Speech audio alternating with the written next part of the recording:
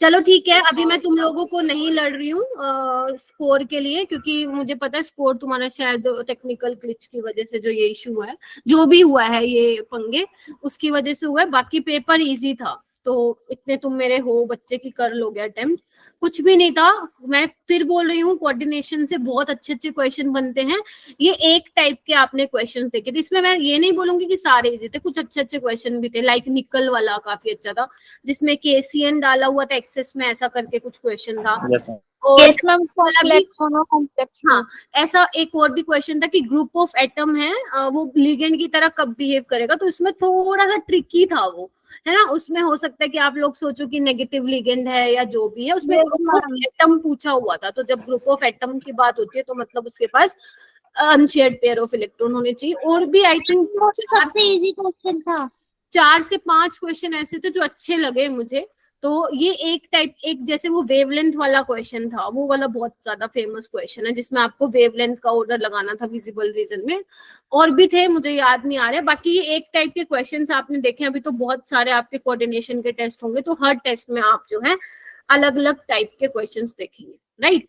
तो आप लोगों की जो रिवीजन क्लास थी वो आप लोगों की हेल्पफुल रही इस टेस्ट में? नो केमिस्ट्री की नहीं रही, बायोलॉजी। सर ने जो क्वेश्चन करवाए थे उससे वैसे रिलेटेड, ये एडवांस के थे सब क्वेश्चन। Yes ma'am. अच्छा, नेक्स्ट संडे में नहीं, इस संडे कोई टेस्ट नहीं होगा दीपक, नेक्स्ट इससे नेक्स्ट वाले में होगा कोऑर्डिनेशन का। नहीं नहीं नहीं, कोऑर्डिनेशन और डीएनएफ ब्लॉक का होगा, दोनों का साथ। सही है मैम। चलो चलो चलो, अभी ना हम ज्यादा टाइम नहीं लगाते हैं। पहले इधर देखो, जो लास्ट टाइम जो हुआ था, इधर देखो कहाँ बता रही थी मैं, कहाँ गया कहाँ गया कहाँ गया कहाँ गया कहाँ गया। नोट्स में तो मैंने सही करके दे दिया था आपको। मेरा ये देखो, इसमें क्या था ना, क्यूमिलीन प्लस स्पायरो में क्या होता है ना, एक चीज में क्या था इसके अंदर, क्यूमिलीन और स्पायरो में आपको डबल बॉन्ड नहीं काउंट करने हैं। नाम से देखो, क्यूमिलीन का मतलब क्या है, ये है ना, डबल बॉन्ड, ठीक है। स्पायरो का मतलब क्या है, ये स्पायरो वाली रिंग, राइट। अगर ये दोनों मिला के, ध्यान से सुन लो, बस थोड़ा सा ही था, ये दोनों मिला के अगर ओड आ रहा है तो आप बोलोगे ज्योमेट्रिकल आइसोमेरिज्म वो एग्जिबिट करेगा। अगर इवन आ रहा है तो नहीं करेगा।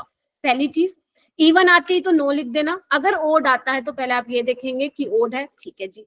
फिर आप ये देखेंगे कि कार्बन पे 2 डिफरेंट ग्रुप है, यहाँ पे भी देखो 2 डिफरेंट ग्रुप है, यहाँ पे भी 2 डिफरेंट ग्रुप है, लेकिन ये क्या इवन है, तो हमने क्या बोल दिया, देखते ही इसको बोल दिया नो। देखो ना 1 2 3 4, ठीक है। जैसे यहाँ पे देखो 1 2 3 ओड है, यस, 2 डिफरेंट ग्रुप है। यहाँ पे देखो ना, इधर 1 2 3 4 इवन है, नो। समझ गए ना। बस आपको क्या करना है, क्यूमिलीन प्लस स्पायरो को कंबाइन लेना है, सिर्फ डबल बॉन्ड को नहीं लेना, ठीक है। हमने स्पायरो नेग्लेक्ट मार दिया था, जो कि गलत था। अरे पता है क्या है, वो जो मैं 11th की क्लास लेती हूँ ना, उसमें कोई नहीं बोलता है, कहते मैम हमें दिक्कत नहीं होती। मैंने कहा 12th वाले तो बहुत बोलते हैं, तो मैं ना भूल जाती हूँ वो चेंज करना, अभी कर देती हूँ, ठीक। अरे फिर आ गया, आज इतनी गर्मी हो रही है, लाइट नहीं है, क्या हो रहा है, ये तो जा ही नहीं रहा है आज, क्या दिक्कत हो गई।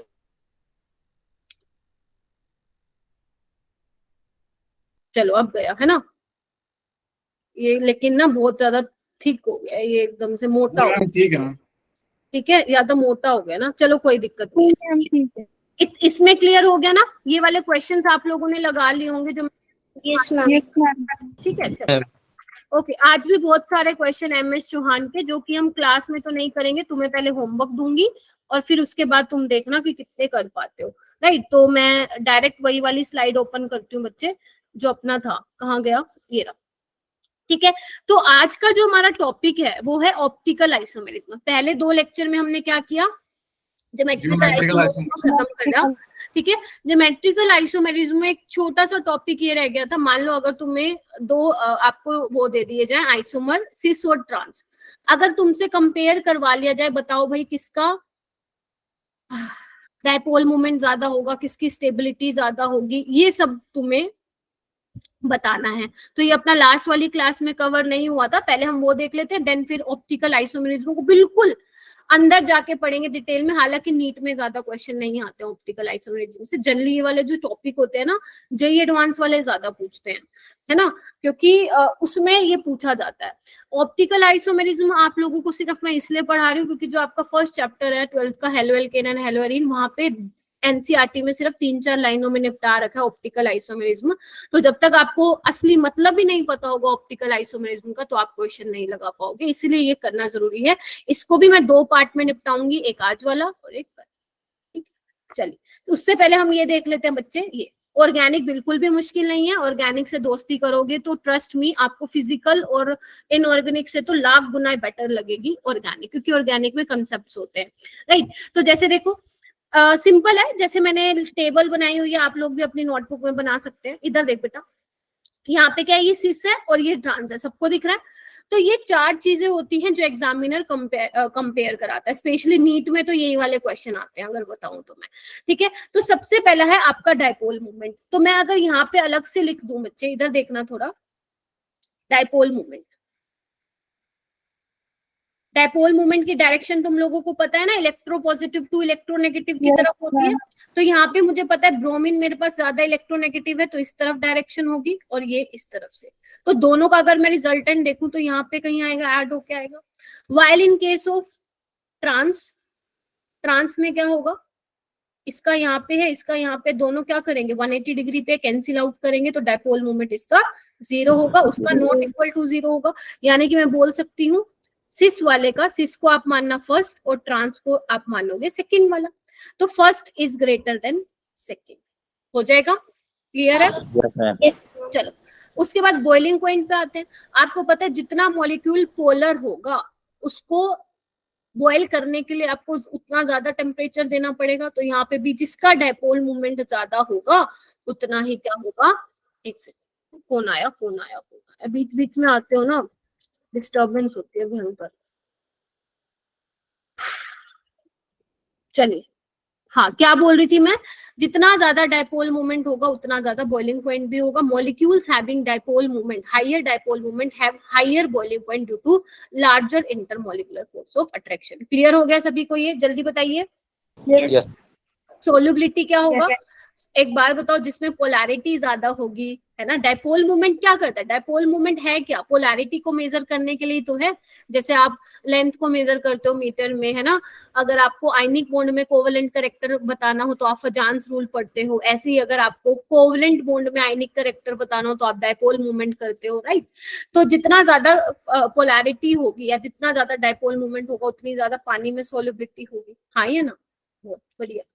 मेल्टिंग पॉइंट का क्या सीन है, मेल्टिंग पॉइंट का तो आपको पता है। ये मेल्टिंग पॉइंट जनरली हमारे दिमाग में क्या रहता है, मेल्टिंग पॉइंट आप एक्सप्लेन करते हो सिमिट्री। जितना ज्यादा आपका मॉलिक्यूल सिमिट्रिकल होगा तो उतनी ज्यादा उसकी अच्छी पैकिंग होगी, और जितनी अच्छी पैकिंग होगी उतना ज्यादा उसका मेल्टिंग पॉइंट होगा। तो क्या मैं बोल सकती हूँ ट्रांस वाले का मेल्टिंग पॉइंट ज्यादा होगा बच्चे, ठीक है। उसके बाद स्टेबिलिटी की मैं बात करूं तो भाई, अगर ज्यादा सिमेट्रिकल सिस्टम है, ज्यादा अच्छी पैकिंग है लैटिस में, तो आप बोल सकते हो वो ज्यादा स्टेबल है। या आप मतलब दूसरे टर्म्स में भी इसको एक्सप्लेन कर सकते हो कि यहाँ पे जो बड़े बड़े ग्रुप हैं वो, उनमें डिस्टेंस क्या है, ज्यादा है ना, तो स्टेबिलिटी ज्यादा आएगी। जबकि इसमें क्या बड़े बड़े ग्रुप पास में है तो रिपल्शन होगी, जिसकी वजह से स्टेबिलिटी कम होगी।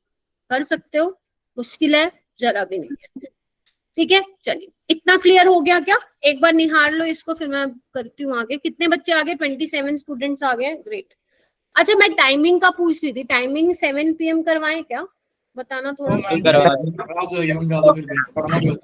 Yes ma'am. मैम यही रहने दो ना 6:30।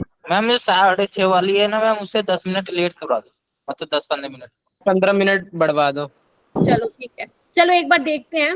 एक्चुअली जो 11th के बच्चे हैं ना, आज मेरी क्लास में ना 6:45 तक उसमें थे 12 बच्चे थे, बस 12 बच्चे, 12 भी नहीं थे शायद, 10 थे। और 7-5 पे एकदम से स्ट्रेंथ हो गई 20, समझ रहे हो तुम लोग, 8 बच्चे बढ़ गए। तो उसमें तो मेरे तो पीछे पड़ गए बच्चे। मैम टाइम चेंज करो, हम तो नहीं आ पाएंगे अदरवाइज। मैम स्कूल खुल गए ना, अब स्कूल से आते हैं मैम 15 मिनट लग जाते हैं। मैम 7 बजे करवा दो।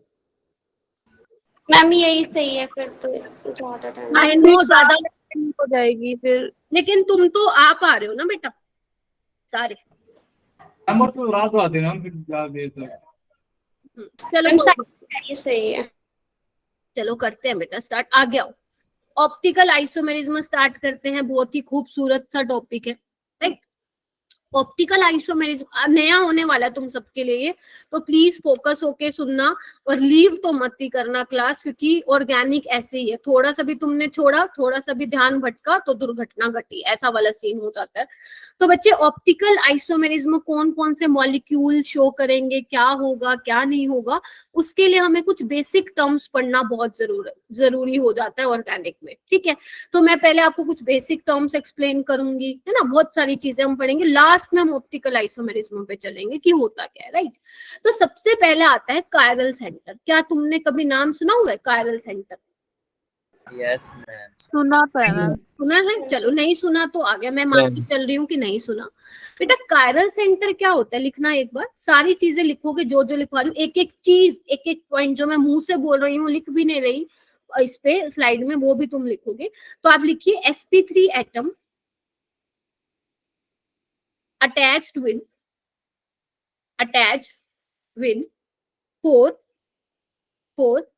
different group और एटम भी हो सकते हैं, ग्रुप भी हो सकता है, ठीक है। पहली बात तो ये कायरल सेंटर क्या पंगा है, क्या क्या है ये कायरल सेंटर। तो बच्चे कायरल सेंटर आपका कार्बन भी हो सकता है, आपका फॉस्फोरस भी हो सकता है, आपका नाइट्रोजन भी हो सकता है, आपका ऑक्सीजन भी हो सकता है। बट क्वेश्चन कहाँ से आते हैं, कार्बन से रिलेटेड आते हैं, बट हम सारे पढ़ेंगे। ये देखो बीच बीच में आता है ना, मेरा एकदम फ्लो ब्रेक हो जाता है, इसीलिए वो होता है ना कि मैम कोई चीज पढ़ा रही हो, दिमाग में बहुत सारी चीजें वो फिर चली जाती है। चलिए, तो इसमें क्या है बेटा, आपको ध्यान रखना है कि अगर आपको चेक करना है कायरल सेंटर, तो सबसे पहले आपको ये चेक करना है जो हाइब्रिडाइजेशन होगी, जिस एटम को आपको चेक करना है, चाहे वो कार्बन हो, नाइट्रोजन हो या ऑक्सीजन हो, सबसे पहले आपको चेक करना है वो कैसा होना चाहिए, sp3 हाइब्रिडाइज होना चाहिए। क्या होना चाहिए, sp3 हाइब्रिडाइज होना चाहिए, पहली चीज। उसके अलावा उसके पास 4 डिफरेंट एटम्स होने चाहिए या 4 डिफरेंट ग्रुप्स होने चाहिए, राइट। चलिए मैम ये तो एक बात होगी, थोड़ा सा और समझाओ। जैसे मैं अगर सबसे पहले बात करूं कायरल कार्बन की, अभी कायरल कार्बन क्या होता है, इधर देखिए। अगर मान लो यहाँ पे मैं कार्बन लिख रही हूँ, ठीक है, सपोज इस पे मैं लिख रही हूँ एक H ले लो, और एक ले लो फ्लोरीन, एक ले लो CH3 ले लो, और एक ले लो आप आयोडीन ले लो, राइट। अब हम क्या कहेंगे, ध्यान से देखो, पहले तो आप ये चेक करो क्या ये कार्बन sp3 है। यस मैम sp3 है, क्योंकि 4 सिग्मा बॉन्ड है, 4 सिग्मा बॉन्ड के करस्पॉन्ड तुम्हारी जो हाइब्रिडाइजेशन रहती है वो sp3 रहती है। अगर आपको स्ट्रक्चर को देख के, मैं थोड़ा सा जल्दी इसलिए बोलूं क्योंकि केमिकल बॉन्डिंग पढ़ चुके हो, क्योंकि अगर मान लो स्ट्रक्चर देख के आपको हाइब्रिडाइजेशन पता करनी है, तो तुम्हें कुछ नहीं करना, सिर्फ आपको देखना है सिग्मा बॉन्ड और लोन पेयर काउंट करने हैं, राइट। अगर लोन पेयर नहीं है तो फिर हमारी कोई गलती नहीं है। जैसे इसमें 4 सिग्मा बॉन्ड है, 4 के करस्पॉन्डिंग तुम्हारी sp3 हाइब्रिडाइजेशन रहती है, पहला तो ये है। दूसरा आप ये चेक करिए, क्या इस कार्बन के चारों तरफ क्या चारों के चारों डिफरेंट ग्रुप लगे हुए हैं। यस मैम, एक हाइड्रोजन है, एक फ्लोरीन है, एक आयोडीन है, एक मिथाइल है, तो हम इसको बोलेंगे ये हमारा क्या है, कायरल कार्बन है। और जो भी कायरल होगा, कायरल, उसको मैं कैसे दिखाऊंगी बच्चे, स्टार से दिखाऊंगी। समझ में आई ये वाली चीज, ठीक है। चलिए कोई बात नहीं, बहुत सारे क्वेश्चन भी हैं। सेकंड है तुम्हारे पास कायरल नाइट्रोजन। कायरल नाइट्रोजन, अगर मैं नाइट्रोजन की बात करूं, जैसे मान लो तुम्हारे पास एक H है, एक है सपोज C2H5, और एक है CH3, और एक है लोन पेयर। पहले तो ये चेक करो क्या ये नाइट्रोजन की हाइब्रिडाइजेशन sp3 है, चेक। यस यस मैम है। यस मैम, लोन पेयर को भी काउंट करोगे, 1 2 3 4 है ना, sp3 तो है, ओके। sp3 है तो चेक करो क्या 4 के 4 डिफरेंट ग्रुप हैं। यस मैम, एक हाइड्रोजन, ये 4 नहीं है, जनरली बच्चों को लगता है मैम ये 4 लिखते हो आप, हाइड्रोजन है, इथाइल है, एक CH3 और एक लोन पेयर भी तो है, तो ये भी क्या है तुम्हारा कायरल। ये भी क्या है तुम्हारा कायरल है, ठीक है जी। अच्छा, और हो गया, एक क्या पढ़ लिया हमने, कायरल कार्बन पढ़ लिया, एक हमने पढ़ लिया बच्चे कायरल नाइट्रोजन। अब हम तीसरा देखेंगे कायरल फोस्फोरस। फोस्फोरस भी कायरल होते हैं, कैसे मैम, फोस्फोरस के ऊपर भी 4 डिफरेंट ग्रुप लगे होंगे। जैसे एक है आपके पास H, एक है आपके पास CH3, एक है आपके पास C2H5, ठीक है। और यहाँ पे लोन पेयर। अब इसका भी चेक करो, पहले तो चेक करो हाइब्रिडाइजेशन। यस मैम करो, sp3 है मैम। sp3 है। और दूसरा क्या है, 4 के 4 क्या है, अलग ग्रुप लगे हुए हैं, तो इसको मैं क्या बोलूंगी, कायरल बोलूंगी। तो this is what your chiral phosphorus. Generally आप अपनी बुक्स में देखेंगे तो कायरल पे क्या, जो आपका कायरल सेंटर है उस पे क्या है, स्टार मार्क किया जाता है, ठीक है। और जो कायरल नहीं होगा उसको हम क्या बोलेंगे, ए कायरल बोलेंगे। चलिए और आगे आते हैं। ये हो गया कायरल फॉस्फोरस की बात। अब हम बात कर लेते हैं कायरल ऑक्सीजन की। सिंपल है, कुछ ज्यादा वो नहीं है, ठीक है। ऑक्सीजन की, ऑक्सीजन में अगर मैं बात करूं सेम, एक H ले लेते हैं, एक CH3 ले लेते हैं, एक C6H5 ले लेते हैं और एक लोन पेयर। अब इस पे पॉजिटिव चार्ज आएगा क्योंकि 3 बॉन्ड बना लिए ना ऑक्सीजन ने, है ना। वैसे तो 2 बनाता है, 3 बनाता है, तो तुम लोगों को पता है पॉजिटिव चार्ज आते हैं। चेक करो क्या इसकी हाइब्रिडाइजेशन sp3 है, यस मैम। चेक करो क्या चारों के चारों डिफरेंट ग्रुप लगे हुए हैं, यस मैम। तो ये भी क्या हो जाएगा, कायरल हो जाएगा। ये ऑक्सीजन क्या है, कायरल है। वो फॉस्फोरस क्या था, कायरल था। वो नाइट्रोजन क्या था, कायरल था। वो वाला कार्बन क्या था जिसपे चारों डिफरेंट ग्रुप और sp3 था। पहले आपको चेक करना है sp3। First and necessary condition आपको ये चेक करनी है कि भैया sp3 है, पता चले sp2 पे 4 डिफरेंट है, मैम ये तो 4 डिफरेंट है, कायरल है। नहीं, पहले आपको जो चेक करना है, पहली प्रायोरिटी आपको यही देखनी है कि sp3 कार्बन है कि नहीं है। फिर उसके बाद जाओ कि चारों डिफरेंट ग्रुप लगे हुए, ये नहीं। ये तो बहुत सिंपल है, पेपर में सिंपल नहीं आते, इतने बड़े बड़े भयंकर भयंकर मॉलिक्यूल्स आते हैं, उसमें तुम्हें पहचानना पड़ेगा। एग्जाम्पल भी करेंगे, टेंशन तुम लो मत, है ना। चलिए जी, उसके बाद हम बात करते हैं कायरल। एक और रह गया सल्फर, कायरल सल्फर। जैसे जैसे ये देखो, इसमें क्या ले लेते हैं, एक मैंने ये ले लिया, एक H ले लो और एक ले लो तुम मिथाइल ले लो या इथाइल ले लो, और एक आएगा लोन पेयर क्योंकि 6 होते हैं ना इलेक्ट्रॉन, तो 1 2 3 4 और ये 5 6। अब मुझे बताओ क्या ये कायरल है, नो मैम, क्योंकि ये तो नहीं होगा मैम। क्यों? मैम ये तो डबल बॉन्ड के साथ O जुड़ा है, तो मैम 1 2 3 और एक लोन पेयर हाँ फिर, हाँ फिर हो गया मैम। तो हाँ, फिर ये क्यों, ये sp3 नहीं है सल्फर। मैम उसे मैम कंसीडर, डबल बॉन्ड में एक सिग्मा बॉन्ड भी तो होगा ना। अरे भाई भूल गए, हाइब्रिडाइजेशन में पाई बॉन्ड पार्टिसिपेट नहीं करता। तो Okay. 1 2 3 4 4 है, sigma bond plus lone pair sp3, ये कायरल है। अच्छा ये बताओ मुझे, ये वाला बताओ, ये वाला बताओ, ये बताओ कायरल है कि नहीं है, फिर मुझे नहीं है मैम। नहीं है। नहीं है क्योंकि मैम क्या हो गए, हो गए ना मैम। हाँ 2 सेम हो गए, तो ये क्या बोलेंगे, इसको ए कायरल बोलेंगे, राइट।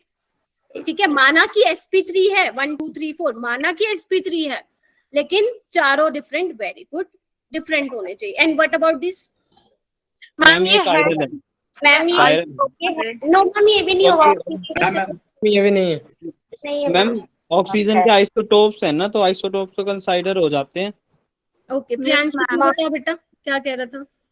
मैम होंगे मैम, होंगे भाई, आइसोटोप को भी तो कंसिडर करते हो आप, प्रायोरिटी में भूल गए क्या, इज मैम।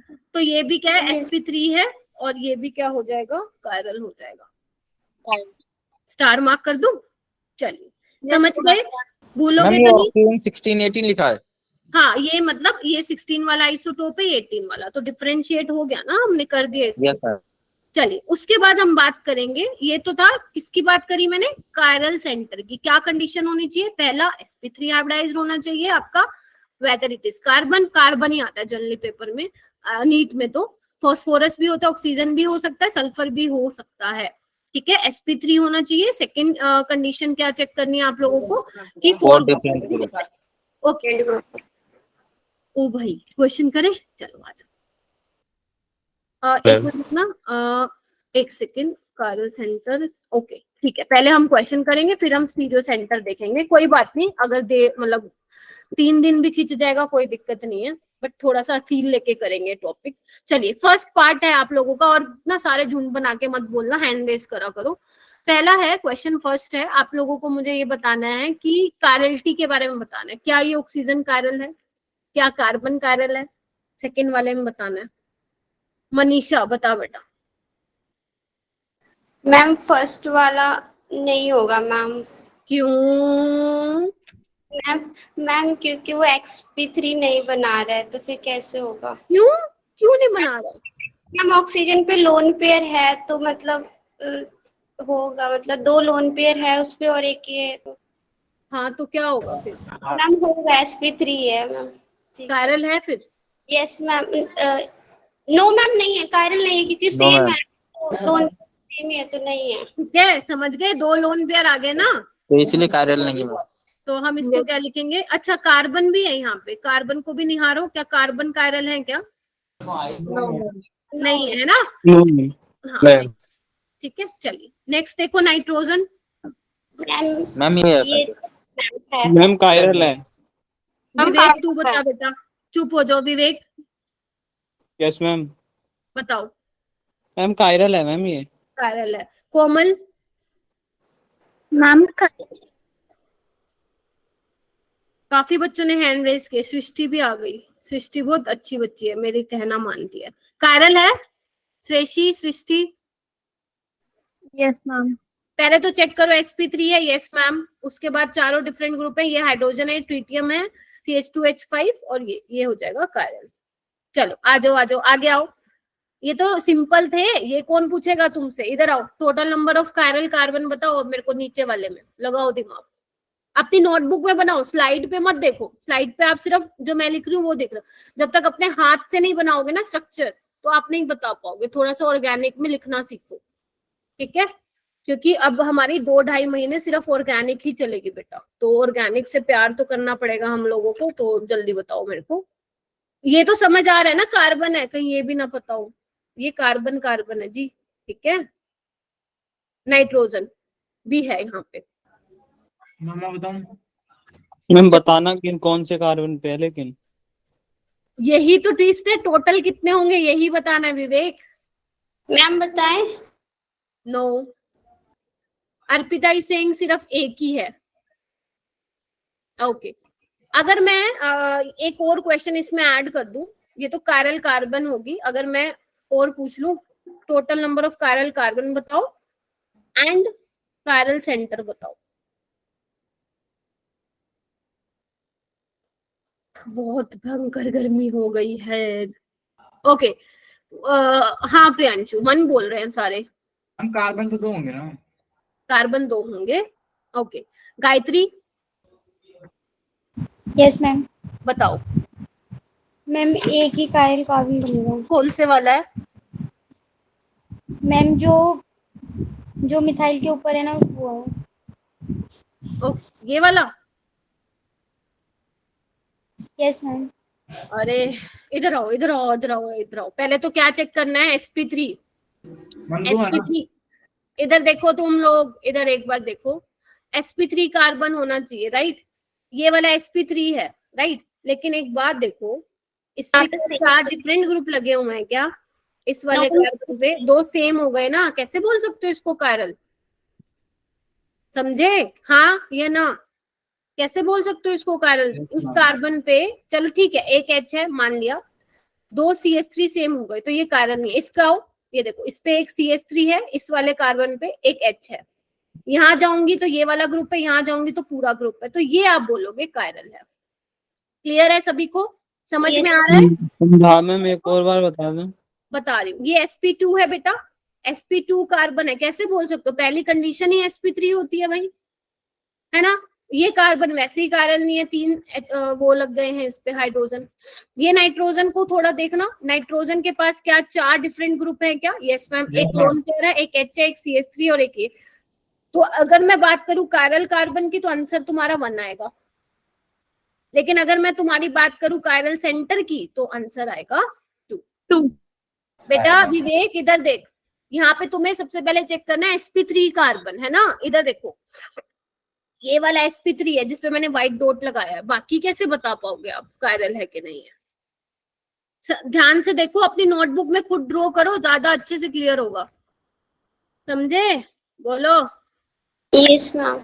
मैम यहाँ पे तो मतलब ये जो CS3 के बगल में वो जो चेंज आ रही है वो भी तो CS की है, और हाइड्रोजन भी तो 2 हो जाएंगे फिर कहाँ पे? यहाँ पे इसमें। ये समझ में आ गया, ये कायरल नहीं है, sp2 हाइब्रिडाइज्ड है।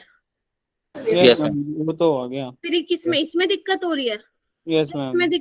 ये तो कायरल ही है, एक H है एक CH3 है, दो अलग हो गए। इधर जाओगे लेफ्ट हैंड साइड तो ये ग्रुप है, इधर राइट हैंड साइड जाओगे तो ये पूरा ग्रुप है, तो अलग हो गए ना 4। यस मैम, तो हो यही गया। तो है, ठीक है। और चेक कर लो हाइब्रिडाइजेशन, sp3 है, क्लियर है? चलिए ये वाला क्वेश्चन करो। इसमें भी मुझे बताओ कि कायरल कार्बन कितने होंगे। यहाँ पे ब्रोमीन है, ठीक है, मैं एक बार थोड़ा सा यहाँ लिख देती हूँ। चलिए मैम बच्चों को चैट आंसर नहीं देंगे, पहले दे देते हैं चैट आंसर। क्या दे देती है एडवांस में? हम बच्चे पहले चैट आंसर दे देते हैं। अच्छा, चैट में आंसर कोई नहीं देगा, ज्यादा इंटेलिजेंट बनने की जरूरत नहीं है किसी को, हैंड रेज करवाता है तो बस, नहीं आता तो चुप करके बैठो और मुझे सुनो। हाँ दीपक बता, आंसर आता है तो। मैम फर्स्ट वाले का थर्ड होगा। फर्स्ट वाले में आंसर 3 मैम, होगा, ये बोल रहे हो? Yes ma'am. चलो चेक करते हैं 3 किस किस का आ रहा है। ये देखो, ये वाला देखो, एक Br लगा हुआ है, एक H लगा हुआ है, एक CH3 लगा हुआ है, और ये पूरा, तो ये कायरल है। इसका देखो, एक OH लगा हुआ है, एक H लगा हुआ है, लेफ्ट हैंड साइड जाऊंगी तो अलग लगा हुआ है, राइट हैंड साइड अलग लगा हुआ है, तो ये भी कायरल है। Very good. यस। ये वाला देखो, यहाँ पे एक Cl लगा हुआ है, एक H लगा हुआ है, इस साइड जाओगे तो डबल बॉन्ड वाला आ रहा है सिस्टम और ग्रुप आ रहा है, और इधर जाओगे तो दूसरे वाला आ रहा है, तो ये भी कायरल। तो आंसर क्या होगा? समझ में आया? Yes ma'am. नहीं आया तो दूसरे वाला करो, लास्ट वाला करो, करना तो है ही, क्योंकि पेपर में नीट में ऐसे क्वेश्चन आते हैं, आपको मॉलिक्यूल दे देंगे गंदा सा बना के और पूछेंगे कि बता भाई कायरल कार्बन। हालांकि कायरल सल्फर और कायरल नाइट्रोजन के बारे में इतना नहीं पूछते हैं नीट वाले, क्योंकि तुम लोगों को पता है नीट का लेवल अब थोड़ा सा और भी आसान करते जा रहे हैं, क्योंकि तभी कंपटीशन इतना तगड़े वाला हो रखा है, ठीक है। चलिए ये वाला देखो, नीचे वाला, इसमें आपको कायरल सेंटर बताने टोटल। कायरल सेंटर मतलब कायरल कार्बन तो बताओगे, सल्फर भी है तो भी बताओगे, नाइट्रोजन भी है तो भी बताओगे। चलो हो जाओ शुरू, लगाओ अपना दिमाग ऑर्गेनिक में।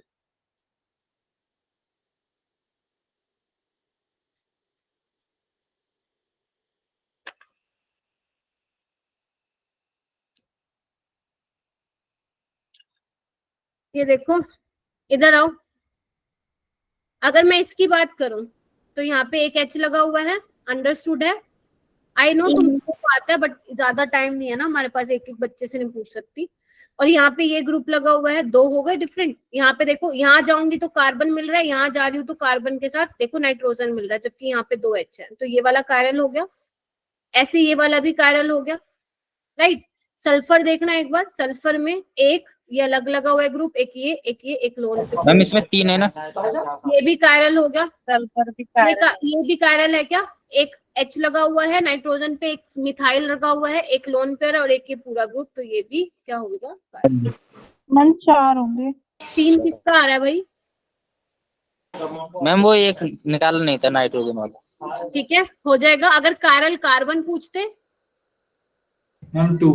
हाँ 2।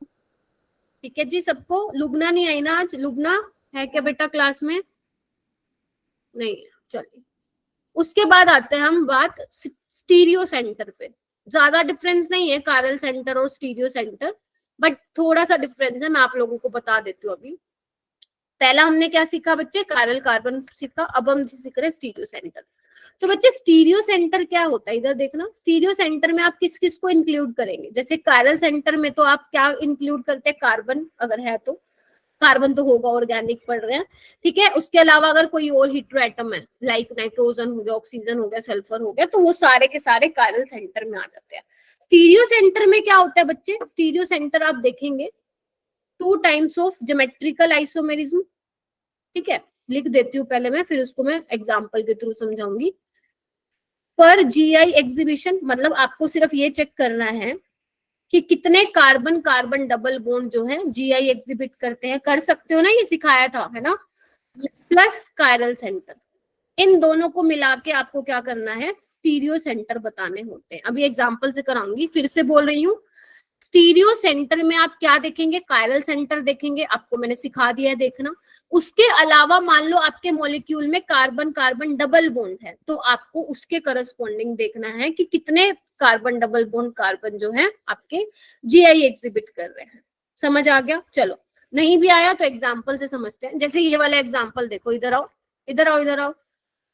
जैसे इसमें अगर मैं बात करूं, सबसे पहले हमें सबसे सिंपल क्या दिख रहा है, कायरल सेंटर दिख रहा है। तो मैं यहाँ पे देखो, यहाँ पे एक H है, एक OH है, एक CH3 और ये पूरा ग्रुप डिफरेंट है। क्या ये कार्बन कायरल है, हाँ या ना? Yes ma'am. ठीक है। उसके बाद क्या ये carbon double bond carbon GI exhibit कर रहा है? यस मैम, कर रहा है। मैम तो अगर आपको इसके करस्पॉन्डिंग 1 नहीं लिखना, ध्यान देखो, 2 से मल्टीप्लाई करना है। जितने कार्बन है डबल बॉन्ड कार्बन जो एग्जिबिट कर रहे हैं उसको आपको कंसिडर करना है। तो एक ये भी होगा स्टीरियोजेनिक सेंटर, एक इसको भी, बस ये ध्यान रखने वाली बात थी। ठीक है, क्योंकि आप क्या लिख देते, 1 लिख देते, लेकिन नहीं, स्टीरियो सेंटर में आपको पर जीआई एग्जिबिशन देखना है। एक ये भी हो गया, एक ये भी। तो अगर इसमें ना अलग अलग क्वेश्चन क्या बनते हैं, पहले आपसे पूछा जाएगा बताओ भाई स्टीरियो सेंटर कितने हैं, तो आप बोलोगे 2 + 1 3, बोलो हाँ या ना। अगर वो आपसे पूछे, और भी क्वेश्चन है, टेंशन मतलब, अगर वो सिर्फ आपसे पूछे कायरल सेंटर तो आंसर 1 होगा। अगर वो पूछे कायरल कार्बन तो भी आंसर क्या होगा, 1 होगा। 1 होगा। पहले तो ये बताओ स्टीरियो सेंटर निकालना कैसे, ये पता लगा? Yes ma'am. चलो Yes, और yes, क्वेश्चन, आप और क्वेश्चन करते हैं, आ जाओ। ओके, इधर कैसे करेंगे, सबसे पहले आपको जो इजी लगता है वो निकालो। मुझे क्या इजी लगता है, कायरल सेंटर देखना इजी लगता है, तो मैं पहले वो निकाल रही हूँ। तो मुझे यहाँ पे दिख रहा है sp3 है कार्बन, और यहाँ पे 4 डिफरेंट ग्रुप है, ये कायरल है, हाँ या ना? Yes ma'am. उसके अलावा देखो, उसके अलावा कोई कायरल दिख रहा है आपको? उसके अलावा कोई कायरल कार्बन दिख रहा है बच्चा पार्टी आपको? Yes ma'am. लास्ट वाला बताओ। लास्ट वाला हाँ। लास्ट वाला।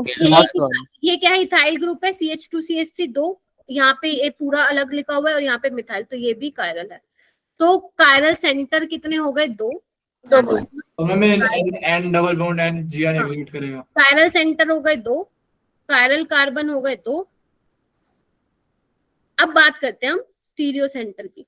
तो ये भी आपको पता है NN हमेशा जीआई एग्जिबिट करता है, तो एक ये और एक ये, तो स्टीरियो सेंटर हो गए 2 + 2 यानी कि 4। 4 क्लियर हो गया सबको? आगे Yes. चलें और करें, चलो आओ। पहले इसमें मुझे ये बताओ कि कायरल कार्बन कितने होंगे, फिर उसके बाद हम स्टीरियो सेंटर मतलब निकाल लेंगे पूरा टोटल। मैम जो आपने ये पहले क्वेश्चन कराया उसके अंदर ज्योमेट्रिकल आइसोमेरिज्म 2 शो करेंगे। क्या? ये जो हमने जीआई निकाला था, हाँ, ये इसमें वाला एक सिस करेगा, एक ट्रांस करेगा, लेकिन जहाँ पे आप स्टीरियो सेंटर बताते हैं ना, तो उसमें आपको दोनों कार्बन इंक्लूड करने पड़ेंगे बेटा। ठीक है, यहाँ पे हम ये नहीं कर रहे, टोटल नंबर ऑफ आइसोमर नहीं बता रहे हम, ज्योमेट्रिकल आइसोमर। यहाँ पे we have calculate stereo centre, right? चलिए ये वाला करो, समझ गए ना? स्टीरियो सेंटर में कार्बन डबल बॉन्ड कार्बन अगर एग्जिबिट कर रहा है तो you have to count both the carbon, है ना? चलिए ये वाला बताइए मेरे को। यहाँ पे कायरल सेंटर बताओ पहले, तो सेंटर तो छोड़ो, कायरल कार्बन बता दो। जो मैं कर रही हूँ वही सोच रहे हो आप लोग भी? Yes ma'am. तो एक ये हो गया, एक ये हो गया, ठीक है। And what about stereo centre, तो ये दोनों होंगे और ये भी होंगे। मैंने कहा था C+N भी तो ज्योमेट्रिकल आइसोमेरिज्म में शो करते हैं। तो अगर स्टीरियो सेंटर की बात करूं तो कितने होंगे बताओ? 1 2 3 4 5 6 है ना? Yes ma'am. ठीक है, 6 होंगे। अगर मैं बात करूं कायरल सेंटर की, या कायरल कार्बन ले लो, 2। अब यहाँ पे मैं एक लाइन लिखने जा रही हूँ, मुझे बताना वो सही है गलत है। all stereo center are chiral centre. एक तो ये स्टेटमेंट है, मुझे बताना है, आपको मुझे बताना है ट्रू है फॉल्स है, ठीक है। उसके बाद all chiral centre are stereo centre. बेटा वो फॉर्मूला नहीं था स्टीरियो बताएं। सेंटर में, एक मिनट रुको, वो फॉर्मूला नहीं था विवेक, वो सिर्फ ये था कि स्टीरियो सेंटर कैलकुलेट मतलब कैसे बताने, क्या क्या चीजें आप लोगों को ध्यान रखनी है। आपको स्टीरियो सेंटर में कार्बन डबल बॉन्ड कार्बन, अगर कोई भी जीआई एग्जिबिट करे, क्योंकि मैंने जीआई आपको काफी केसेस में बताया था, है ना, C double bond C double bond O, C double and N, है ना, रिंग में भी बताया। Yes ma'am. लेकिन आपको ध्यान रखना इसमें रिंग वाले मत इंक्लूड कर देना, इसमें सिर्फ आपको कार्बन डबल बॉन्ड, जिसमें डबल बॉन्ड आएगा वो वाले इंक्लूड करने हैं, प्लस कायरल सेंटर, राइट। क्योंकि ये देखो ना, आप ये भी बोल सकते हो कि मैम ये भी तो सिस ट्रांस शो कर रहे हैं, अगर एक दो बार आप क्या करो, एक बार सिस ले लो एक बार ट्रांस, लेकिन ध्यान रखना ये दोनों आपने कायरल सेंटर में इंक्लूड कर दिया। समझ रहे हो क्या बोल रही हो, तभी उसको आप उसमें कैलकुलेट काउंट नहीं करोगे स्टीरियो आइसोमरेज में। हाँ गुंजन, पहले वाला स्टेटमेंट बता, ठीक है गलत है, सेकंड वाला से ठीक है, ये फॉल्स हो जाएगा और ये ट्रू हो जाएगा, ये ट्रू। ठीक है। क्योंकि जितने भी कायरल सेंटर हैं वो स्टीरियो सेंटर में आएंगे, but all stereo centre are not chiral centre. क्यों? क्योंकि कायरल सेंटर में हमें क्या चाहिए होता है, sp3 हाइब्रिडाइज्ड कार्बन होना चाहिए, जबकि हम इसको भी स्टीरियो सेंटर में काउंट कर रहे हैं और ये कायरल सेंटर तो नहीं है, ठीक है। तो और स्टीरियो क्या बोल रही हूँ मैं, all stereo centre are chiral centre, गलत। All chiral centre are stereo centre, yes, ये बिल्कुल ठीक है, हो जाएगा। यस। चलिए उसके बाद हम नई चीज पढ़ते हैं, ये तो था आपका कायरल। यहाँ पे एक बार देखना, मैंने ना ये कुछ क्वेश्चंस थे आप लोगों के लिए, ये देखना एक बार, थोड़ा सा देख लो, ठीक है। ये इतने सारे आपको प्रैक्टिस करने आज, हालांकि टॉपिक काफी मतलब काफी मिक्स टॉपिक है, ये देखते हैं कितना हो पाता है आज, फिर उसके अकॉर्डिंग जो जो क्वेश्चन तुम कर पाओ वो कर लेना। चलो इधर आओ एक बार, आपको याद है मैंने आपको EZ सिखाया था, EZ जहाँ पे स्केल हो जाते हैं वहाँ पे आप EZ करते हो, राइट, उसमें आप प्रायोरिटीज देते हो, है ना। अब हम पढ़ने वाले हैं RS कॉन्फ़िगरेशन। R का मतलब क्या होता है, रेक्टस, और S का मतलब होता है सिंस्टर। पता नहीं नाम सुना हुआ पहले, नहीं सुना हुआ, बट आपको मान लो कोई मॉलिक्यूल दे देंगे, आपको बोलेंगे कि भैया इसमें बता दो कि R कॉन्फ़िगरेशन है या S कॉन्फ़िगरेशन है। तो जब ये चीजें बतानी होती है, जैसे DL कॉन्फ़िगरेशन आप अपने कार्बोहाइड्रेट वाले चैप्टर में करते हो, ठीक है, ऐसे ही RS कॉन्फ़िगरेशन होती है। तो हर किसी के लिए रूल होते हैं, EZ के लिए भी रूल थे, RS के लिए भी रूल्स हैं। अब RS कॉन्फ़िगरेशन निकालने के लिए वही रूल हैं जो EZ वाले थे, इसलिए मैंने यहाँ पे अलग से नहीं लिखा है, ठीक है। अच्छा मैम इसका यूज कहाँ कहाँ पे होगा, कैसे कैसे क्वेश्चन मिल सकते हैं, तो सुन लो, आपके पास अच्छे खासे अच्छे लेवल के क्वेश्चन मिलेंगे आपको। आपको बताना है कि बताओ ये R है ये S है, पहली चीज।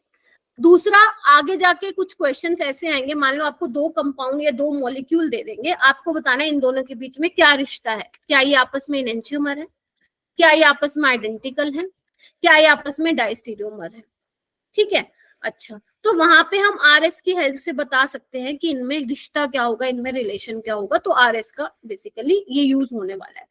तो सबसे पहले हम RS को यूज करेंगे फिशर प्रोजेक्शन फॉर्मूला में। सबने सीखे हुए हैं Fischer, sawhorse, wedge dash 11th class, but मैं एक बार फिर बता देती हूँ आप लोगों को, ठीक है। तो सबसे पहले हम फिशर प्रोजेक्शन में देखेंगे कि किस तरह से हम RS को निकाल सकते हैं बच्चे, ठीक है जी। तो फिशर प्रोजेक्शन क्या होता है, इस तरह से होता है, देखना एक बार। यहाँ पे जो ग्रुप होते हैं, सपोज यहाँ पे मैं Br लगा दूं और यहाँ पे OH लगा दूं, यहाँ पे CH3 लगा दूं और यहाँ पे H लगा दूं, आप बोलते हो ये हॉरिजॉन्टल पोजीशन पे और जो ऊपर वाले हैं आपके वर्टिकुलर पोजीशन पे, ठीक है। अच्छा तो अब मान लो इसमें आपको बोले कि R और S बता दो, रूल्स मैं नहीं बता रही हूँ, ऑलरेडी EZ वाले में बता चुकी हूँ, लेकिन आपको एक बार मैं वैसे ही वर्बली एक्सप्लेन कर दूंगी, ठीक है। आपके पास ये फिशर प्रोजेक्शन है एंड आपसे पूछा है कि भैया बता दो कि R और S क्या होगा। तो अब रूल थोड़ा सा देख लो एक बार, इधर आओ। सबसे पहले तो आपको एक चीज ध्यान रखनी है, सुनो इधर, H शुड बी, या इससे भी बेटर है ये लिखो, लोवेस्ट प्रायोरिटी ग्रुप, लिखो बच्चे, lowest priority group should be, rules हैं, should be on vertical position, vertical position. Vertical position को हम डैश से भी दिखाते हैं, हालांकि फिशर में हम ऐसे लाइन से दिखाते हैं, वैसे उसका मतलब ये है कि जो वर्टिकल पे है वो अवे फ्रॉम द ऑब्जर्वर है और जो आपके हॉरिजॉन्टल पे है वो टूवर्ड्स द ऑब्जर्वर है। क्या लिखोगे बच्चे? लोवेस्ट प्रायोरिटी ग्रुप को आपको ध्यान रखना है कि वर्टिकल पोजीशन पे रहना चाहिए, ठीक है। Then configuration same, configuration same. अभी बताऊंगी कैसे देखना है। अगर आर निकला तो आर ही रहेगा, एस आया तो एस ही निकलेगा अगर आपका lowest priority group vertical position पे है। बट अगर if lowest priority group is on horizontal position, horizontal position, then exchange, switch। अगर आर है तो एस कर देना, एस है तो आर। मैम ये तो ठीक है, आपने बोल दिया, हमने लिख भी लिया, अब इसको अप्लाई कैसे करेंगे वो देखते हैं। आओ बेटा, प्रायोरिटी डिसाइड करना सिखाई थी, क्या देखते हैं पहले? अगर मान लो ये आपका एटॉमिक कार्बन है, कायरल कार्बन है, वैसे तो दिख रहा होगा, चारों डिफरेंट ग्रुप है। यस यहाँ पे इधर देखो, अगर मुझे प्रायोरिटी देनी हो तो यहाँ पे जैसे मैं जा रही हूँ फर्स्ट एटम को देखो, पहले यहाँ ऑक्सीजन है या ब्रोमीन है या सी है या एच है, तो पहली प्रायोरिटी इसको मिलेगी, मैम जी। फिर उसके बाद इसको मिलेगी क्योंकि ब्रोमीन का ज्यादा होता है भैया एटॉमिक मास, फिर ऑक्सीजन को मिलेगी, फिर इसको मिलेगी, फिर इसको मिलेगी, ठीक है जी। अब आपको क्या करना है? आपको करना है 1 से 2 चलना है, 2 से 3।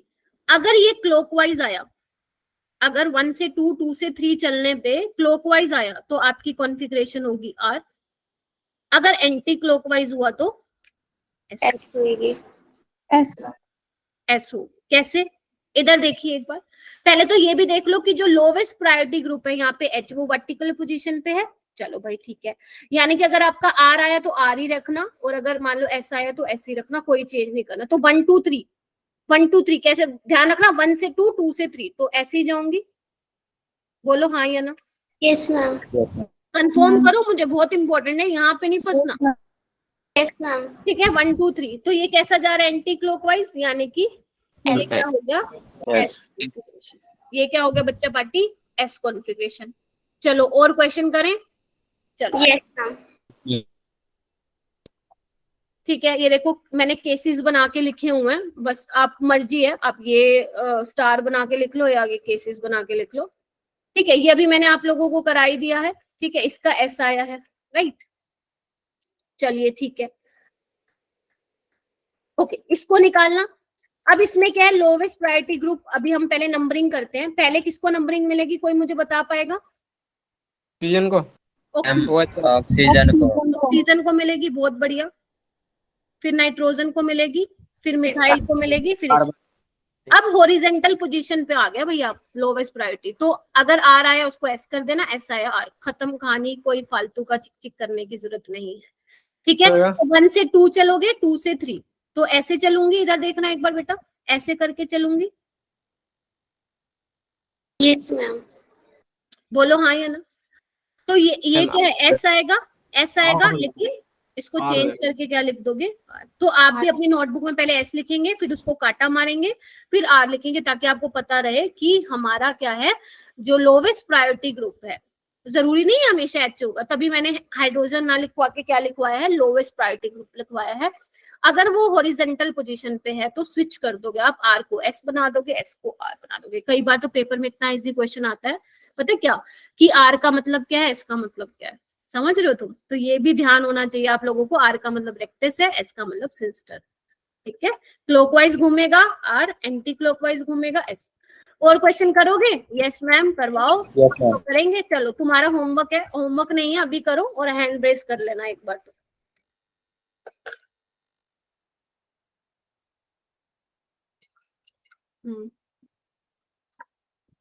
आर होएगा।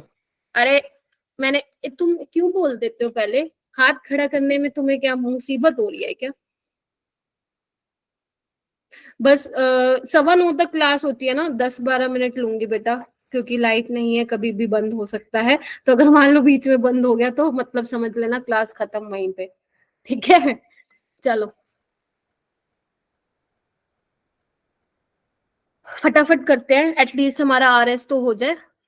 ठीक है, 7 बच्चों ने, वेरी गुड भाई, 8 बच्चों ने कर लिया।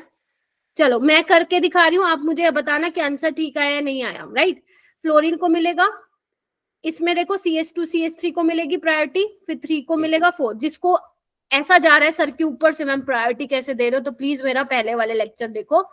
ठीक है, तो 1 2 2 2 2 3 चलेंगे, तो ऐसे चलूंगी, आर होगा और होना भी आर ही चाहिए क्योंकि लोवेस्ट प्रायोरिटी ग्रुप हमारा वर्टिकल पे ही है। चलिए आगे बढ़ो, आगे बढ़ो। पहला नंबर दोगे ब्रोमीन को, दूसरा ऑक्सीजन को, तीसरा COH को, क्योंकि आपको पहले पहला आइटम देखना, अगर पहले आइटम से ही डिफरेंशिएट हो पा रहा है तो बहुत बढ़िया वाली बात हो जाएगी। तो 1 2 2 ये एंटी क्लॉकवाइज होना चाहिए, होना तो चाहिए S, लेकिन H हमारा क्योंकि हॉरिजॉन्टल पे है तो R हो जाएगा। क्या यही आया आंसर? ये आया था। चलिए ये वाले करो, जल्दी करो, 2 मिनट 1.5। हाँ मैम आप मत बताना। मैं तो बता ही नहीं रही, पहले भी नहीं बताया मैंने तो। पहले तुम करो फिर मैं बताऊंगी, क्योंकि इतना टाइम नहीं है कि मैं एक एक बच्चे से पूछूं। तो आप अपना प्लीज निकालो, और मुझे पता है कौन बच्चा सही निकाल रहा है और कौन गलत। मम्मी ये डी लगाया ना? Deuterium, yes.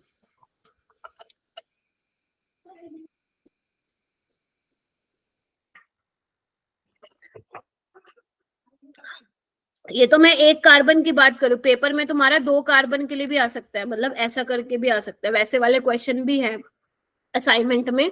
तुम एक बार करना, वरना कल कराऊंगी फिर मैं। ठीक है, चलो पहला देखो 1 1, उसके बाद कार्बन को मिलेगा, बोलो। Yes ma'am. तो 1 2 2 3 चलो क्लॉकवाइज R होगा, right? Yes yes ma'am. Ma'am. Change नहीं होगा। यहाँ पे आओ, पहला ऑक्सीजन को मिलेगा, यहाँ पे देखो, वो यहाँ पे फंस मत जाना, इधर देखो, एक कार्बन पे लगा हुआ है COH और एक कार्बन पे लगा हुआ है CH2OH। समझ रहे हो? तो कौन जीतेगा, COH वाला जीतेगा या CH2OH वाला जीतेगा? CHO वाला मैम। इसको आप कैसे कंसिडर करते हैं कि इस पे एक कार्बन लगा हुआ है ना, और एक ऑक्सीजन लगा हुआ है, ऐसे करके करते हैं ना, तो ऊपर वाला जीत जाएगा। तो दूसरा नंबर इसको, तीसरा इसको, 4th इसको, राइट? अब देखो 1 2 2 2 2 3 चलो एंटी क्लॉकवाइज। Yes ma'am. होना तो चाहिए S, लेकिन होगा R। यस। इसका क्या सीन है, आ जाओ इधर, पहला नाइट्रोजन को, दूसरा इसको, तीसरा इसको, 4th इसको। तो ये होना तो चाहिए R, लेकिन एस हो जाएगा। S हो जाएगा। ठीक है, क्लियर है सभी को? Yes ma'am. चलो एक ये वाला भी कर दो। ये सेम आ गया क्या? नहीं, अलग है, अलग है, कर लो। इतना नीट का लेवल इतना ही है, लेकिन मैं आप लोगों को एक कार्बन के लिए, 2 कार्बन के लिए भी सिखाऊंगी, टेंशन मत लो, बट नीट के लिए इतना सफिशिएंट है। तो आ रहा है सबका? यस मैम आ रहा है। चलिए तो क्या करेंगे, 1 2 3, वेरी गुड, R ही आएगा। तो नीट में अगर यहाँ से क्वेश्चन आ गया तो 4 नंबर तुम्हारे पक्का। ठीक है, तो ये हमने RS किस में देखा बच्चे? फिशर में देखा। अब हम देखेंगे RS वेज में। ये तो उससे भी ज्यादा सिंपल है, वेज डैश में। आपको पता है कि पहले आपको चेक करना है जनरली बेटा, RS भी हम पता है किस में लगाते हैं, अगर आपका कार्बन sp3 हाइब्रिडाइज्ड है और कायरल है, वहीं पे आप RS निकाल सकते हो। अगर आप नोटिस करो ना, जितने भी ये कार्बन थे वो सारे के सारे कायरल थे। ये थे मैम। समझ रहे हो? तो ये भी लिख लेना कहीं पे। ठीक है, चलिए। मैम वैसे भी सेम ग्रुप आएगा तो हम देख ही हाँ, नहीं पाएंगे कौन सा प्रायोरिटी ज्यादा बता ही नहीं पाओगे अगर सेम आएगा तो। चलिए अब आओ, आपको पता है कार्बन टेट्राहेड्रल होता है जिसमें 2 आपके प्लेन में होते हैं, है ना? बताया था, मैं अब बना के दिखा रही हूँ। 2 प्लेन में होते हैं, एक मेरी साइड होगा और एक आपकी साइड होगा, मतलब मेरे से अवे फ्रॉम द ऑब्जर्वर होगा, राइट? तो इसमें भी हम RS बता सकते हैं, इसमें भी सेम वही है। पहले तो प्रायोरिटीज डिसाइड करोगे, फिर 1 2 3 अगर क्लॉकवाइज चला तो आप क्या बोलोगे बच्चा पार्टी?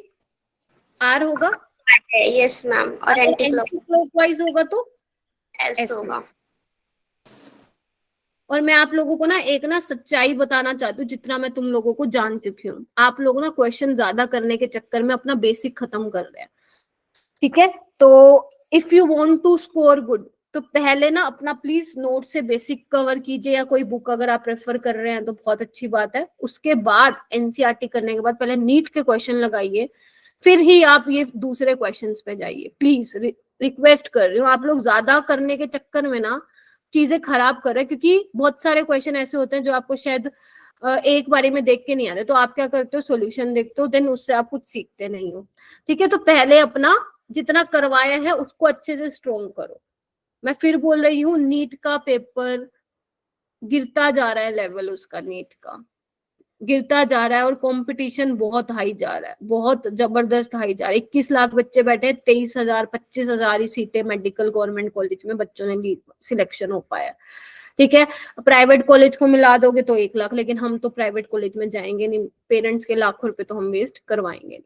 ठीक है, तो समझो चीजों की, समझो सेंसिटिविटी को समझो, है ना। बहुत ही ज्यादा बोलते हैं ना, सेंसिटिव एग्जाम है ये, ज्यादा हाई लेवल के करने के चक्कर में जाओगे कंपटीशन से बाहर। चलिए ठीक है, इसलिए मैं इतना ही करवा रही हूँ। मैं जनरली जेई मेन से ज्यादा लेवल, जेई मेंस का लेवल रखने का मेरा सिर्फ एक ही मोटो है कि आप थोड़े से अच्छे क्वेश्चन कर पाए ऑर्गेनिक के, बस, उससे ज्यादा कोई नहीं। लेकिन आगे जाके जब मैं आपको रिवीजन कराऊंगी तो हमारा जो भी क्वेश्चन का पैटर्न होगा वो टोटली आपका नीट से रिलेटेड होगा। अब ये नीट में आए हुए हैं। चलिए, पहला तो ये हो गया बच्चे, वर्टिकल हॉरिजॉन्टल नहीं देखने ना मैं बता रही हूँ। इसमें आपको ध्यान रखना है, लोवेस्ट प्रायोरिटी, लिखो लिखो लिखो, रूल है ये। Lowest priority group should be at dash position. Dash position, अगर डैश पे है तो, अगर आर है तो आर ही रहने देना, एस है तो एस ही रहने देना। अगर वेज पे है, पूरा लिख लेना तुम लोग, अगर लोवेस्ट प्रायोरिटी ग्रुप तुम्हारा वेज पे है तो क्या करना है, आर को एस में बदल देना है और एस को आर में। इफ लिख देती हूँ, लोवेस्ट लिख लोगे ना, इफ लोवेस्ट प्रायोरिटी ग्रुप अगर इज ऑन वेज पोजीशन, तो आपको कुछ नहीं करना, आर को एस में चेंज कर देना, आर एस में, एस आर में, राइट। अगर फोर्थ लिखो, कहाँ लिखवाऊं, यहाँ पे लिख लो।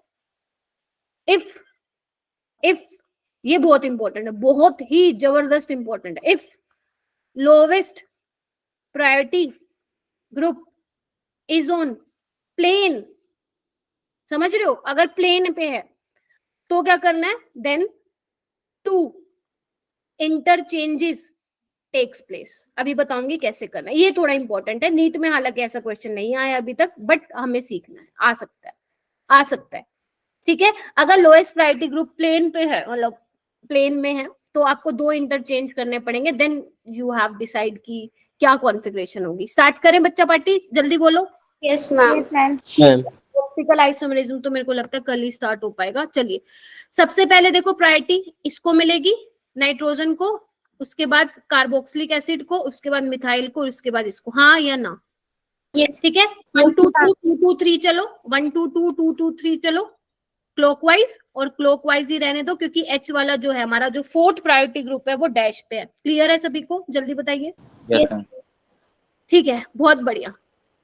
उसके बाद आपको क्या करना है, जो बता रही हूँ ध्यान से सुनना, ये इंपॉर्टेंट है। सेकंड वाला, पहला इसको नंबर मिलेगा, दूसरा इथाइल को, तीसरा मिथाइल को, चौथा इसको। अब यहाँ पे होगा पंगा, लोचा हो चुका है, क्योंकि 4th प्रायोरिटी ग्रुप वाला आ चुका है प्लेन में, और प्लेन में 2 इंटरचेंज करने होते हैं। कैसे करना होता है आइए सिखाऊं, बहुत इजी है, बहुत इजी है। देखो ऐसे किया करो, इसको ऐसे बना लो, ऐसे करके बना लो। बना लिया, यहाँ पे लिखो 4, यहाँ पे लिखो 3, पूरा लिखने की जरूरत नहीं है क्योंकि आपने प्रायोरिटी ऑलरेडी डिसाइड कर दिया। ऐसे कर लो, हो गया। चलो, अब आपको 2 इंटरचेंज करने हैं। इधर देखिए बच्चे, 2 इंटरचेंज कैसे करना है, आपको पता है 4th वाला डैश पे रहना चाहिए, हाँ या ना, हाँ या ना। क्या करो, इसको 1 के साथ इंटरचेंज कर दो, कर दिया पहला इंटरचेंज। मैं डायरेक्ट करके दिखा रही हूँ दोनों, और 2 और 3 को इंटरचेंज कर दो, खत्म कहानी। अब देखो क्या बनाती हूँ मैं, सेम ऐसे ही बना लो। बना लिया बच्चों? Yes ma'am. कार्बन है, ठीक है। 1 को 4 से इंटरचेंज किया, यानी कि यहाँ 4 आ गया, यहाँ 1। क्लियर, यहाँ पे 2 होना चाहिए था, अब हमने इंटरचेंज करा दिया तो यहाँ पे 3 आ गया, यहाँ पे 2। बोलो हाँ या ना। Yes ma'am. बताती हूँ, अगर 4th आपका लोवेस्ट प्रायोरिटी वाला ग्रुप प्लेन में आता है तो you you have to do interchanges. आपको पता है 2 इंटरचेंज करने पड़ेंगे, रूल है। 4th वाला आपको पता है डैश पे चाहिए, तो आप एक काम करो 4th वाले को डैश से चेंज कर दो, 1 और 4 को इंटरचेंज कर दो, 2 और 3 को अलग अलग करना है। ये नहीं कि 1 और 4 को करके 1 और 3 को कर दिया, नहीं, 1 और 4 को करा रहे हो तो 2 और 3 को। अब जाओ 1 2 3 चलो, कैसे चलोगे? एन तो इसका क्या आ जाएगा देख answer? Low S. S, this is your answer. ये किसने ट्रिक बताई थी मुझे? ये बताई थी वैसे तो काफी टीचर्स बताते हैं, बट मुझे किसने बताई थी? मेरे मास्टर्स में बताई थी। स्टीरियो केमिस्ट्री जितना मैंने सीखा मेरे मास्टर्स में सीखा, मेरी बहुत ही खराब थी। मतलब 11वीं 12वीं में तो हमें किसी ने पढ़ाई नहीं थी स्टीरियो केमिस्ट्री, क्योंकि नीट वीट तो मैंने कभी सोचा ही नहीं था देने का। तो जितनी भी मेरी स्टीरियो केमिस्ट्री में जो भी टिप्स एंड ट्रिक्स हैं वो मेरे को मेरे टीचर ने बताई थी, राजकमल सर ने। वो ना वो बोलते हैं ना स्टीरियो केमिस्ट्री के शहंशाह थे। मतलब इतनी अच्छी स्टीरियो केमिस्ट्री मैंने कभी किसी यूट्यूब चैनल पे जाके नहीं पढ़ी जितना उन्होंने अच्छे से पढ़ाया था। तो जो उन्होंने मुझे बताई थी वही मैं आपको बताऊंगी, ताकि आप कम सेकंड में ही सोल्व कर लो। ठीक है, चलिए हो जाएगा ये वाला। Yes ma'am. Yes ma'am. चलो ये वाले क्वेश्चन करते हैं, फिर एक बार आप करो फिर मैं आंसर बताती हूँ। ये वाला कल करेंगे फिर हम, है ना? करो बेटा।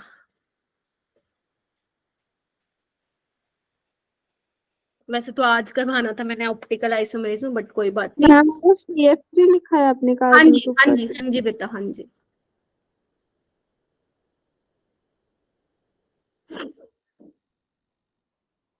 नंबरिंग देख लेना, सही करी है ना आप लोगों ने? मैंने सही करी है ना, ये देख लेना।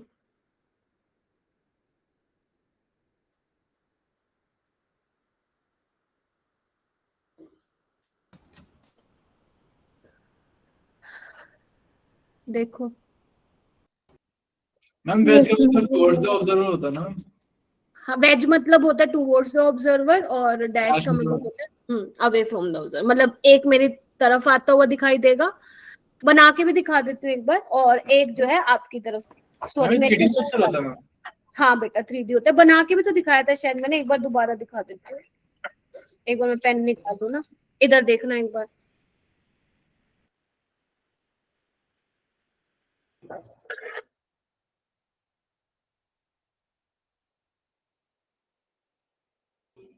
ये देखना ही क्या नाम है, प्रियांशु, बाकी सब दिख रहा है? ये येलो वाला और ब्राउन वाला प्लेन में है, पिंक वाला मेरी साइड आ रहा है, और पर्पल वाला मेरे से दूर जा रहा है। देख पा रहे हो? Yes ma'am. चलिए यस मैम। ओके, हो जाएगा। यही आंसर आया तुम सबका? Yes ma'am. चलिए बहुत बढ़िया है। कल हम पढ़ेंगे फिर ऑप्टिकल आइसोमेरिज्म स्टार्ट करेंगे। ये वाले एक बार क्वेश्चन देखो, इधर देखना एक बार बच्चे। कुछ कुछ कर पाओगे, सारे नहीं कर पाओगे, क्योंकि टॉपिक जितना मैंने सोचा था उतना हुआ नहीं। हाउ मेनी स्टीरियो सेंटर, ये आप कर लोगे क्वेश्चन, ठीक है? इसके आंसर चाहिए हो तो MS चौहान बुक है उसमें है, वरना मैं दे दूंगी। हाउ मेनी स्टीरियो सेंटर है ये आप लोगों को बताने हैं, राइट? तो स्टीरियो सेंटर में आपका कौन कौन सा आ जाएगा, ध्यान रखना। अगर डबल बॉन्ड कोई कर रहा है एग्जिबिट, वो वाला भी आ जाएगा। कायरल नाइट्रोजन हो सकता है, कायरल कार्बन नहीं हो सकता। नेक्स्ट वाला क्वेश्चन मत करना, सिमेट्री बताइए। मैम इसका मैम 3 आंसर। फर्स्ट वाले का 2 है आंसर। रिंग वाले में भी डबल बॉन्ड वाले देखने हैं। रिंग, ये तो sp2 है ना बेटा सारे कार्बन। मैम फर्स्ट वाले का 2 है क्या आंसर? मैम इसका ओके मैम। 3 है। 3 है, एक बार देख लेते हैं। एक तो ये वाला होगा कायरल कार्बन, एक ये होगा। मैम 2 आएगा ना? 2 आएगा इसका आंसर, पूरी आएगा। ठीक है। 3 कैसे आ रहा था निगम? मैम मैंने ना बेंजीन वाला जो था ना उस पे भी ना लगा ना दिया, ना, उसको डबल इधर बॉन्ड नहीं देखो, देखा। इधर देखो, डबल बॉन्ड है ना मैम, ये सारे sp2 हैं। sp2 कभी भी कायरल सेंटर नहीं हो सकता, ठीक है? इसलिए मैम मैंने वो गलती कर दी थी। 2 आएगा, अरे देख लेना 2 आएगा, ठीक है। इसका वाला, ये वाला मत करना, प्लेनो सिमेट्री मैंने अभी नहीं बताया है, ठीक है।